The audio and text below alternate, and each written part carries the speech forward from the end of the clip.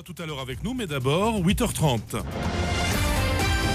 L'actualité de notre région. Bonjour Pierre-Yves Millet. Bonjour Benjamin, bonjour à tous. Les jours se suivent et se ressemblent pour une partie des travailleurs en province de Namur après la fermeture annoncée de Saint-Gobain-Glace, la faillite. J'ai fait les études de langue et littérature romaine et ce qui m'a motivé au départ, c'est que j'étais fort attiré par le français, le latin et l'histoire. J'ai plutôt fait un choix d'affinité par rapport au cours qu'un choix de carrière. Puis à Couvin, Laurence, c'est une triste confirmation. En commençant romane, je me suis toujours dit que je tenterais la carrière de journaliste.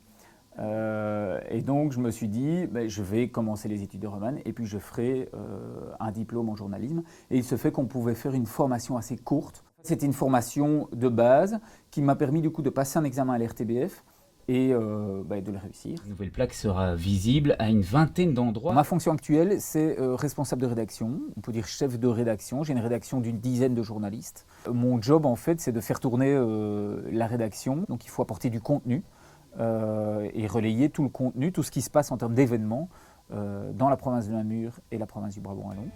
Donc une responsabilité éditoriale, une responsabilité managérielle aussi, puisqu'il faut faire tourner l'équipe. C'est un vrai bagage de démarrer par les romanes et de poursuivre par le journalisme.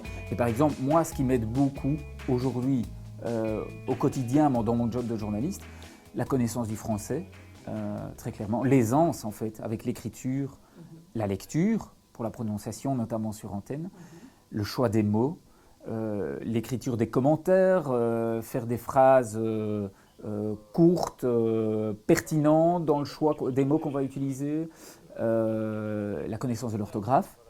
Et puis la culture générale, c'est quand même une bonne base de culture générale et en tout cas une ouverture d'esprit. Un romaniste et qui a en plus une formation de journaliste, il touche un peu à tout. Alors c'est vrai qu'il n'est pas spécialiste dans un seul domaine, mais il est un peu touche à tout et il est curieux de tout. Et ça, je pense que c'est un acquis des études en romane. Et puis, il n'y a rien à faire. Le latin, par exemple, l'esprit de synthèse. Donc savoir distinguer rapidement l'essentiel de l'accessoire, c'est très important. Délaguer dans la masse d'informations qu'on a, délaguer rapidement pour trouver l'essentiel et ce qu'on va faire passer comme message. L'esprit critique, ça c'est très important aussi. Je pense que les études de droit et de romane développent cet esprit critique, notamment de par les cours d'histoire et de critique historique. Il y en a par exemple qui font le droit aux sciences politiques, c'est pas mal aussi. Ça permet effectivement d'acquérir une bonne base de connaissances et de culture générale. Et histoire par exemple, tout à fait, histoire de l'art, il y en a qui font histoire de l'art aussi. Donc ça c'est ou les germaniques parce que ça permet d'avoir l'anglais et le néerlandais souvent. Et donc c'est une bonne base de travail, une bonne base de connaissances en tout cas. Et puis il faut faire des études complémentaires en journalisme parce qu'aujourd'hui c'est quasiment impossible de commencer le journalisme sans suivre des cours pratiques de journalisme. Nous, on n'en a pas parlé. Nous, on n'en a pas parlé. Il faut avoir une bonne connaissance de l'actualité.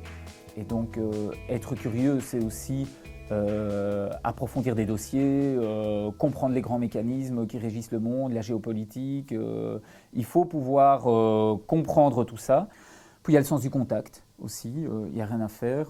Je conçois plutôt le journaliste comme quelqu'un d'extraverti parce qu'il faut aimer aller vers les autres.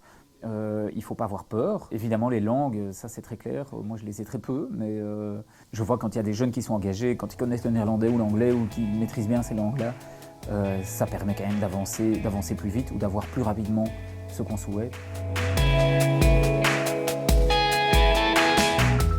J'ai l'impression vraiment qu'on ne fonctionne qu'à la passion, parce que vu tout ce qui nous tombe dessus et vu la pression qu'on a au quotidien, je pense que sans passion, on n'y arriverait pas.